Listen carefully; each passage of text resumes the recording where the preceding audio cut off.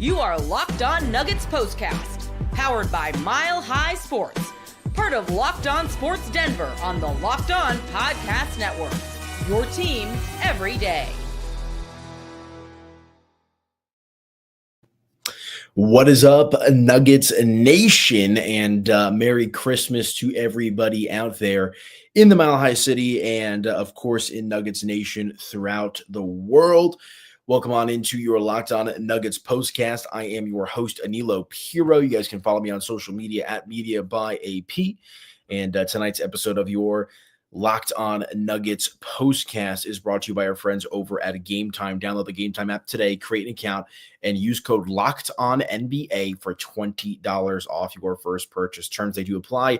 Download Game Time today. What time is it? It's game time. And unfortunately for Nuggets Nation, you wish that Monday's game happened tonight. That is kind of the reality of the situation. So you can have a Merry Christmas. I still hope everybody had a good holiday out there. Happy Hanukkah as well to anybody celebrating that, and happy holidays in general. We've got the new year coming up here as well. But unfortunately tonight for the Denver Nuggets, they fall to the Phoenix Suns. Your final score, 110-100. And I'll kind of lead off the show with this first thought that I saw from my guy, Ryan Blackburn, who you guys all know from the Locked On Nuggets podcast. You also know him from his work over at Mile High Sports. And I was following along with him on social media a little bit. And here's how Ryan summed it up, because I agree with it. It's almost impossible to sweep a two-game series against a team that's close in talent with you. Too bad it happened on Christmas. Murray looked hampered. Jokic looked frustrated. Nuggets still searching. And I think those are the three main takeaways from this loss here tonight from the Denver Nuggets, of course, as they unfortunately fall to the Phoenix Suns, 110-100, your final score here on this Christmas night. But it's one of those situations where it's frustrating. You know, it's frustrating because I was watching the game with some buddies online, and we were kind of, giving our critiques and going back and forth about the Nuggets and this and that. And like we were talking about, before the game, right? I got to do a FanDuel read here in a little bit. And one of my buddies texted me earlier today and said, "Are we betting Nuggets tonight?" And I said, honestly, I don't know, because it's a one step forward, two step back type of approach. And I think the reality of the situation is this team is still very, very, very much searching for their identity. And tonight, you saw the Phoenix Suns, after getting the breaks beaten off of them, arguably their worst loss of the season on Monday to Denver in Denver, bounce back. I mean, Bradley Beal and Kevin Durant were cooking tonight. Kevin Durant finishes with 27 points. Beal also has 27 points.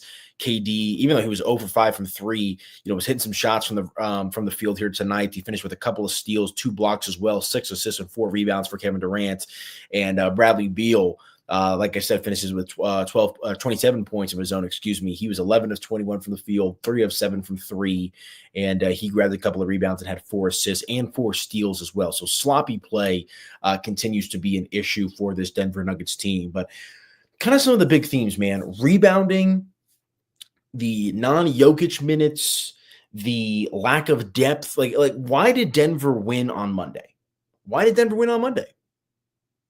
Michael Porter Jr. had a really nice game. No Jamal Murray in that game as well. They had good contributions off the bench from Jalen Pickett, and Jokic was Jokic. And tonight, Jamal Murray's back in, still looks a bit rusty, still looks a bit hobbled out there. Michael Porter Jr. rebounding not so great. Virtually no contributions, of significance from the bench here tonight. I mean, Russell Westbrook did his thing, but you kind of come to expect that at this point with Russell Westbrook. Like, you're looking for stuff from Peyton Watson. You're looking for stuff from Julian Strawther. Those are the two main guys that are going to be playing off the bench. And, I go back to that quote that Michael Malone had earlier in this season. I think it may have been like the first week or two of the year, to be honest with you. Or maybe a little bit later on, like right after Jamal got hurt. And you saw Michael Malone kind of open up the rotation. Denver played 9 players tonight, which is not uncommon for the Nuggets under Michael Malone. But Malone is so constrained. I'm a Malone guy. I really am. I think Michael Malone's a great head coach. I think the shortcomings of what they experienced so far this year while obviously a lot of people want to pin that on the head coach because it is his job to maximize what he has on this roster, I just don't think he has a lot to work with, to be completely honest with you. And I know there's a lot of people out there that agree with that. And that's why you're going to likely see Denver make, a move or two here when we get to the NBA trade deadline. But when you've essentially got Russell Westbrook, you can, bank on for roughly double-digit points, 10 points, a couple of rebounds, some assists out there as well. I mean, what is the realistic expectation with guys like Peyton Watson and Julius Strawther? What are you expecting from those guys? Because if you can't get some significant scoring, which we kind of hope to get from a guy like Julius Strawther in particular, right? Peyton Watson's still a very raw player despite all the intangibles that he has. What does that do? It just puts all the pressure on the world on the Nuggets starters with a banged-up Jamal Murray, an inconsistent Michael Porter Jr., and Nikola Jokic, who looks pretty fatigued and frustrated out there. Not fatigued being tired, but fatigued mentally with just the having to put on his superhero cape, game in and game out to try to help lead this Denver Nuggets team to victories. And I understand that's what the great players do, but I also saw another take that this Nuggets team kind of feels like those Lakers teams post-Shaq, where Kobe was, obviously the guy. They had some players around him, right? But it took them a few years to kind of get back to that championship pedigree. Obviously, they ended up winning 2. Orlando, they beat Boston once. They lost one more time to Boston as well. And it just feels like you've got this incredible talent, Nikola Jokic, who Kevin Durant, after the game, acknowledged is the best player in the world. But you just don't have the proper pieces around him. And obviously, you have 5 guys, Christian Brown, Aaron Gordon, 4 guys, Michael Porter Jr., Jamal Murray, that have that championship DNA, but for whatever the reason is, the consistency and the fire, I think that's the big thing too, the passion that Denver played with in that championship season. And even at times last year, their light just seems to have gone out. Their light just they don't have that same passion, that same fury, that hunger to win all these games, and be the Denver Nuggets team that we've all fallen in love with over the last few years. So, still a long way to go. But tonight was definitely frustrating here as the Denver Nuggets lose 110-100 to the Phoenix Suns. Denver, another atrocious 3-point or another bad night from beyond the arc. Denver 8 for 29. That's 27.5% just about from 3-point land. And it's not like Phoenix was much better. They were 30.6%. But again, outshot from 3-point land tends to be a common denominator in a lot of these losses here for Denver. They also did not shoot that great from the free throw line, 71% for the Nuggets, 20 for 28. Phoenix shot 85%, so leaving some points on the table there. And, Denver also, they did win the rebound battle, which is nice to see, but their transition off, their offense when Jokic is off of the court, not only does it become stagnant, but their offense also hurts their defense because they don't get back on in time. And that's the frustrating part. It's just like there's these things that just continue to, I don't even know how to describe it. Like they just, like I said, they I don't know if it's a lack of focus or a lack of understanding or whatever it might be, but they're not locked in. They can get locked in for a game or two at a time, but then it all kind of just starts kind of crawling back in. Phoenix tonight outscores Denver in the fast break points 15-6, excuse me.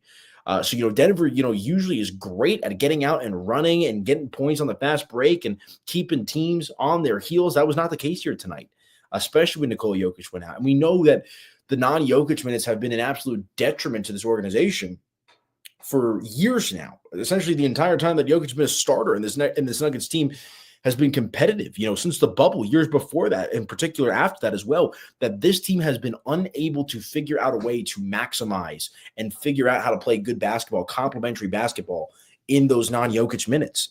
And that just continues to be a problem. It continues to be a problem. And you saw that once again on full display here tonight as they lose to the Phoenix Suns here on Christmas, which is definitely frustrating. The Grinch came out. Suns got their get back. And Denver, a winnable game, but they've lost a lot of these winnable games, right? I mean, but they've also had some great moments this year. They beat Phoenix, a couple nights ago. They beat Oklahoma City earlier this year. They've had some really quality wins against some pretty good teams.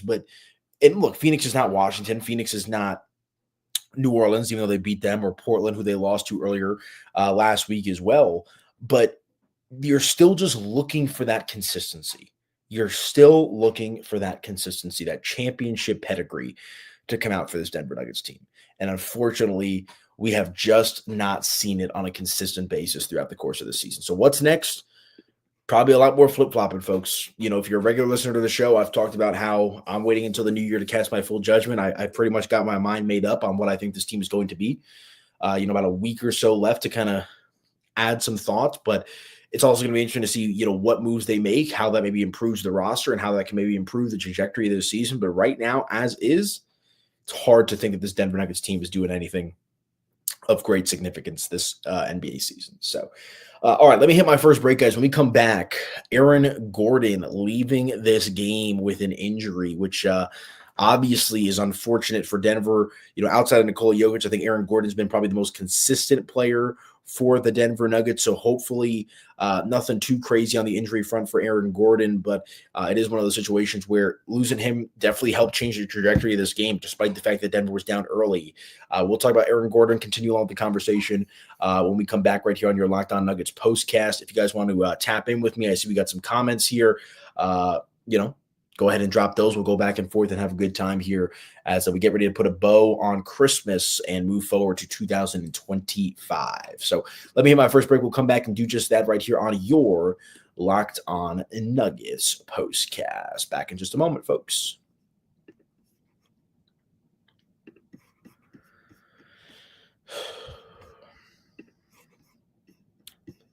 All right, you guys, real quick, let me tell you about our friends over at Game Time, guys, because I'm an active Game Time user and you should be too when it comes to getting all of your tickets for your live events, guys, because Game Time is focused on togetherness this holiday season. That means when you bring people together at live events, the experience is that much better. And if you're looking for a late Christmas gift, it is a phenomenal gift. Game Time has a new feature called Game Time Picks that makes getting tickets for live events even easier. Game Time Picks filters out the fluff to show you only incredible deals on great seats so you don't have to waste time searching through thousands of tickets. Let me tell you about some of my personal favorite features. I just told you about Game Time Picks, where their curation makes it easier to save money on sports, concerts, comedy, and theater. My personal favorite feature is their all-in pricing. When you toggle this feature on the app or on the website, it shows you the total upfront with no surprise fees at checkout, and you can get a panoramic view from your seat in the app before you buy with their seat viewer. And guys, the lowest price guarantee or Game Time will credit you not just 100% of the difference, but 110% of the difference. And of course, your purchase is covered with the most flexible customer service policy in the ticketing industry. Take the guesswork out of buying tickets with Game Time. Download the Game Time app today, create an account, and use code LOCKEDONNBA for $20 off your first purchase. Again, terms they do apply, but create an account and redeem with code LOCKEDONNBA for $20 off. Download Game Time today. What time is it?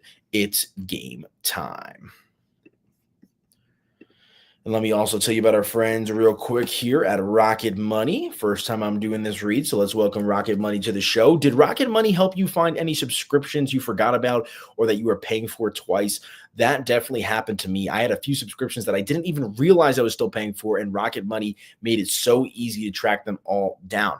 It's like having a personal assistant for your finances. Rocket Money is a personal finance app that helps you find and cancel your unwanted subscriptions, monitors your spending, and helps lower your bills so you can grow your savings. It brings everything together in one place, whether it's subscriptions, your spending habits, or even the goals you want to hit this year. Rocket Money has over 5 million users and has saved a total of $500 million in canceled subscriptions, saving members up to $740 a year when using all of the app's premium features, guys. For me, one of the best features is their subscription tracker. I've used it to cancel services I wasn't using anymore, and I've already saved a ton. Plus, with their goals feature, I've been able to automatically set aside money for my future.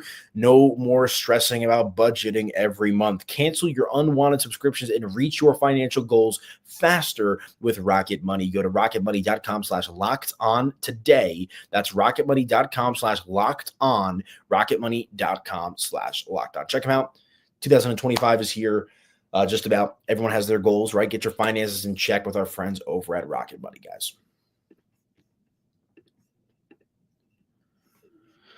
Okay, welcome on back into your Locked On Nuggets postcast. Hope everybody had a nice, jolly Christmas out there, despite the Denver Nuggets 110-100 loss to the Phoenix Suns here tonight in the nightcap of the NBA on ESPN. Of course, a tradition, that has been running for a long time, basically as long as I've been alive. There's been basketball on the on Christmas Day.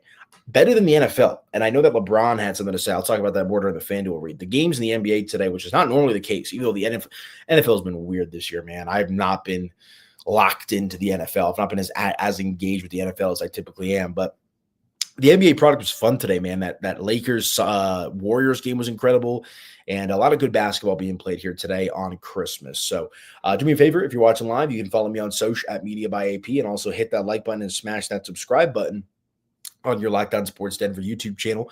That way you guys never, ever miss an episode of your Locked On Nuggets postcast. But real quick on Aaron Gordon, he departs in the middle of this game for the Denver Nuggets. He only finishes with 7 points, few rebounds, 2 assists, right? But Aaron Gordon, only 19 minutes played here tonight.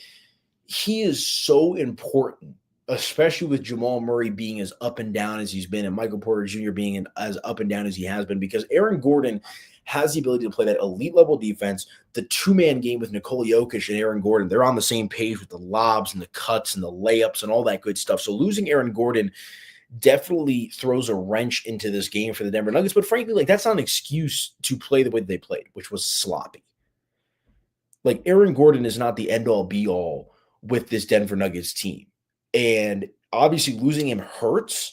But at the end of the day, the fact that Denver just continued to play uninspired throughout the course of the evening, I think is definitely frustrating when you kind of look at it in that dynamic. But hopefully nothing too serious, a calf injury for Aaron Gordon. Hopefully he's back sooner rather than later because Lord knows Denver needs all the talent they can get, especially with the inconsistencies from their max contract players. But I see we got a comment here from Alex. He says, where did your comment go? Here we go.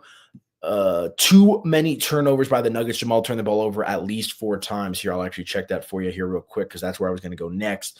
Yeah, you're spot on. 4 turnovers tonight for Jamal Murray. He was a -16, the box plus minus, only 13 points, which is just not going to cut it for this Denver Nuggets team, which is, been a problem here for virtually the entire season and even going back to the end of last season as well. So it's going to be interesting to see how Denver tries to kind of curtail some of their issues here with everything that's going on. And so, there's a lot of moving parts, and Jamal Murray not playing well, Aaron Gordon being out, and Michael Porter Jr. being inconsistent like they were here tonight against Phoenix just kind of continues to add fuel to the fire for this dynamic for the Denver Nuggets. Another comment here from Alex. Other players did too bad passing. They looked like they didn't want to play a game on Christmas. That's always an issue here as well. And like I said, to kind of open it up tonight, part of the reason why Denver was able to beat Phoenix on Monday was because of the contributions that they got from their guys off of the bench. Jalen Pickett did not play tonight. Interesting decision. I understand because you have Jamal Murray back, that kind of tightens up the rotation. So there's not the necessity to play Jalen Pickett. But don't you want to, here's the thing with baseball. And I know the Rockies are awful, but when you hit a home run, if you're a Colorado Rocky under Bud Black, even if you're obviously if you're a starter, right? If you're Nolan Jones or if you're Brenton Doyle, you're playing every day. But if you're a bench player and you hit a home run in your opportunity, 9 times out of 10, Buddy Black is rewarding you by putting you in the lineup the next day.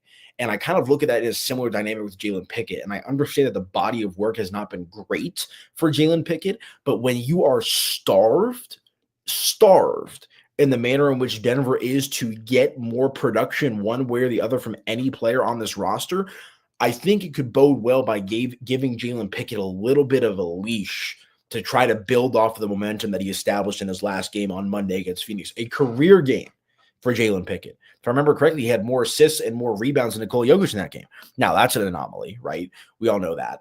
But it's one of those situations where why not? What do you have to lose? You kind of know Jamal Murray's hobbled. Jamal Murray's banged up. You know what Russell Westbrook is at this point in his career. So why not try to give Jalen Pickett some more run after a good game and try to build off that? So that's one thing to kind of keep an eye on today. With the bench, Peyton Watson, 2 points in 24 minutes. That's just not going to cut it, man. And both of his points came at the free throw line. 0 of 3 from 3, 0 of 3 from the field. Julian Strawther, 18 minutes tonight, 5 points. 1 of 2 from 3.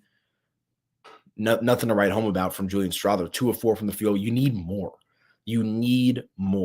And remember, this is Calvin Booth's plan. Go read the Ramona Shelburne article from ESPN earlier this season, talking about how they're kind of betting on the young guys and trying to be the Spurs, which I don't disagree with the mentality, but you also don't have the same to try to mimic the Spurs just feels like a losing hand. The Spurs are unique in that sense. And so I don't know, man. It's just, again, I'm not overly frustrated with the loss tonight. Maybe they were a little distracted, late game on Christmas, right? Holiday, whatever it might be. But the same issues that have been consistent with Denver from game one are the same issues that we're seeing right here now as we approach the new year. That's kind of the reality of the situation. And you kind of are what your record says you are. Denver 16-12, 8-8 on the road, right? They're not a bad team. They're not a mediocre team. They do play like a mediocre team at times. They're a good team with good talent. But for whatever reason, they can't extract that consistency that they've been lacking, the consistency that they had in years past. So we'll have to see. But all right, guys, let me hit my final break. When we come back, we'll put a bow on the show, a couple of closing thoughts here tonight, go over some more of the numbers as Denver unfortunately loses to the Phoenix Suns on Christmas night. Your final score, 110-100. So stick with me, folks. If you're watching live, appreciate y'all. Merry Christmas. Happy holidays to everyone. If you got any thoughts or comments you want to go back and forth on, go ahead and drop those now, and we'll get you guys on your way here on this Christmas night. But we will hit our final break, and we'll continue on with the conversation when we come back right here on your Locked On Nuggets postcast. Back in just a moment, folks. All right, you guys, let me tell you about our friends over at FanDuel. The NFL playoffs are almost here, but it's not too late to get in on the regular season action with FanDuel, America's #1 sportsbook, because right now new customers can finish the season strong with $250 in bonus bets if your first $5 bet wins. FanDuel has so many ways for you to pick up a W. I love betting on which players will score a touchdown and how many points each team will score. It's absolutely thrilling, guys, and I felt disgusting doing this today, but that's the NFL for you. This is not necessarily gambling advice per se, but it has been a very chalky season in the NFL. And today I'm looking at the Christmas Day games, and I'm like, oh, okay, I'll take the Chiefs on the money line. I'll take the Ravens on the money line. I'll just bet both favorites and see what happens, just because I expected both of those teams to win. And lo and behold, they did. Nice little plus 130 two-leg parlay cash for me. So I made a little cash here on this Christmas. But check out our friends over at FanDuel, guys. It's my personal favorite sports book. I know it'll be yours too. Visit FanDuel.com to join today. That's FanDuel.com for your chance at $250 in bonus bets. Make every moment more with FanDuel, an official sportsbook partner of the NFL.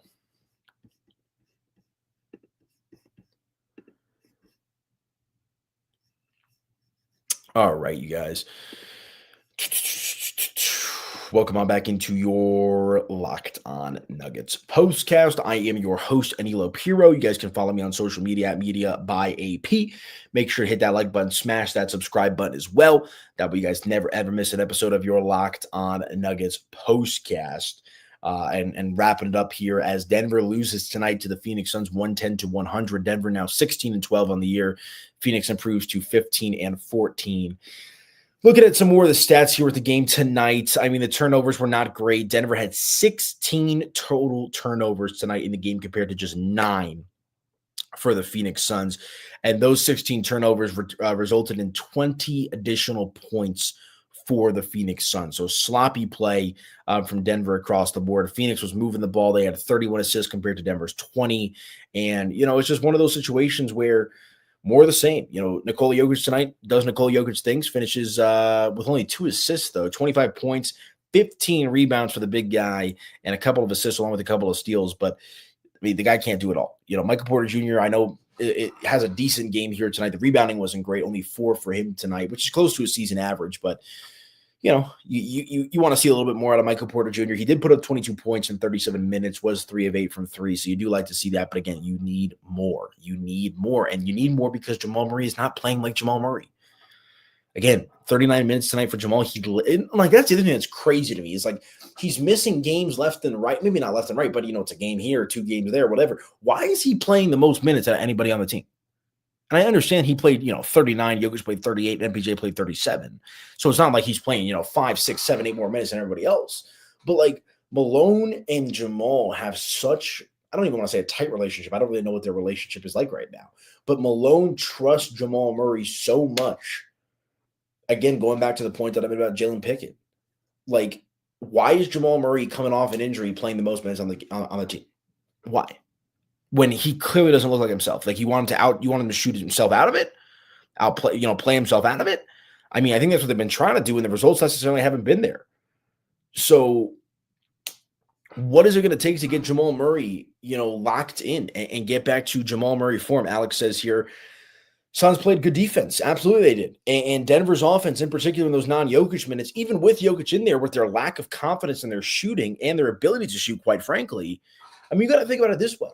When you have your traditional starting five out there, the two guys that you should be able to rely on to knock down shots are Jamal Murray and Michael Porter Jr. And Michael Porter Jr. has been inconsistent, as I've said, and Jamal Murray's just not himself. And so that leaves you with Christian Brown, Russell Westbrook, and Aaron Gordon, who are not necessarily known as shooters.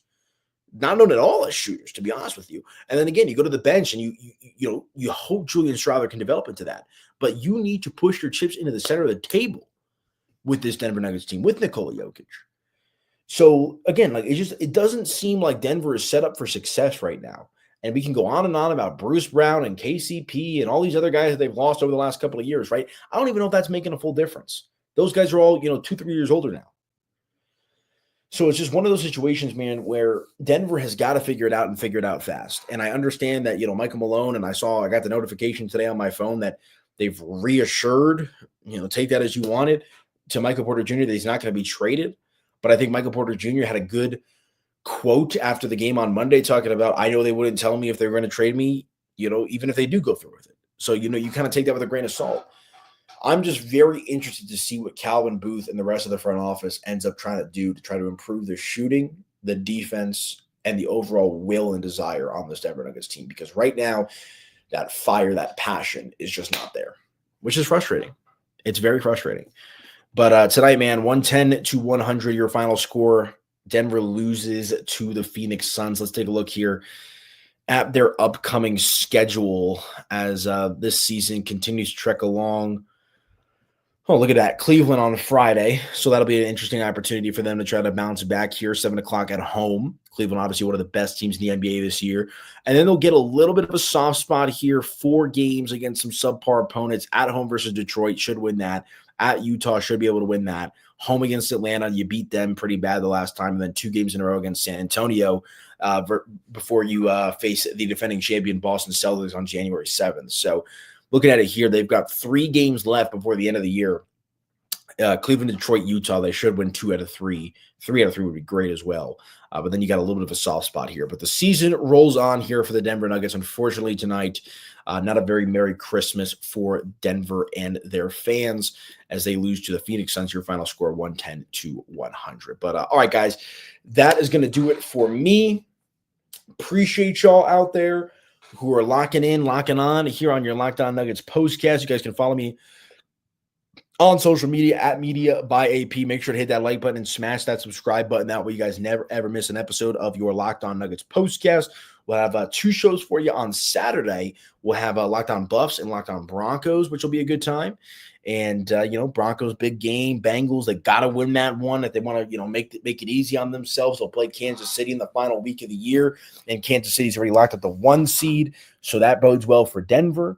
So that'll be fun. Buffs, final game of the year in the bowl game, the Alamo Bowl out there in San Antonio. Last chance to see Travis Hunter and Shedeur Sanders in the black and the gold. So a lot of fun stuff coming up here on your Locked On Sports Denver YouTube channel. So hit that like button, smash that subscribe button. That way you guys never, ever miss an episode. But tonight, Denver, the Nuggets, lose to the Phoenix Suns 110-100, your final score. Enjoy the last few minutes of your Christmas, folks. Hope it was a good one. Again, you can follow me on social media at Media by AP, and we'll talk to you on Friday night, and we'll talk to you again on Saturday for your Locked On Nuggets, Locked On Buffs, and Locked On Broncos postcast, all hosted by yours truly. But Merry Christmas, Happy Holidays, everyone. We'll talk to you guys then. Have a good night.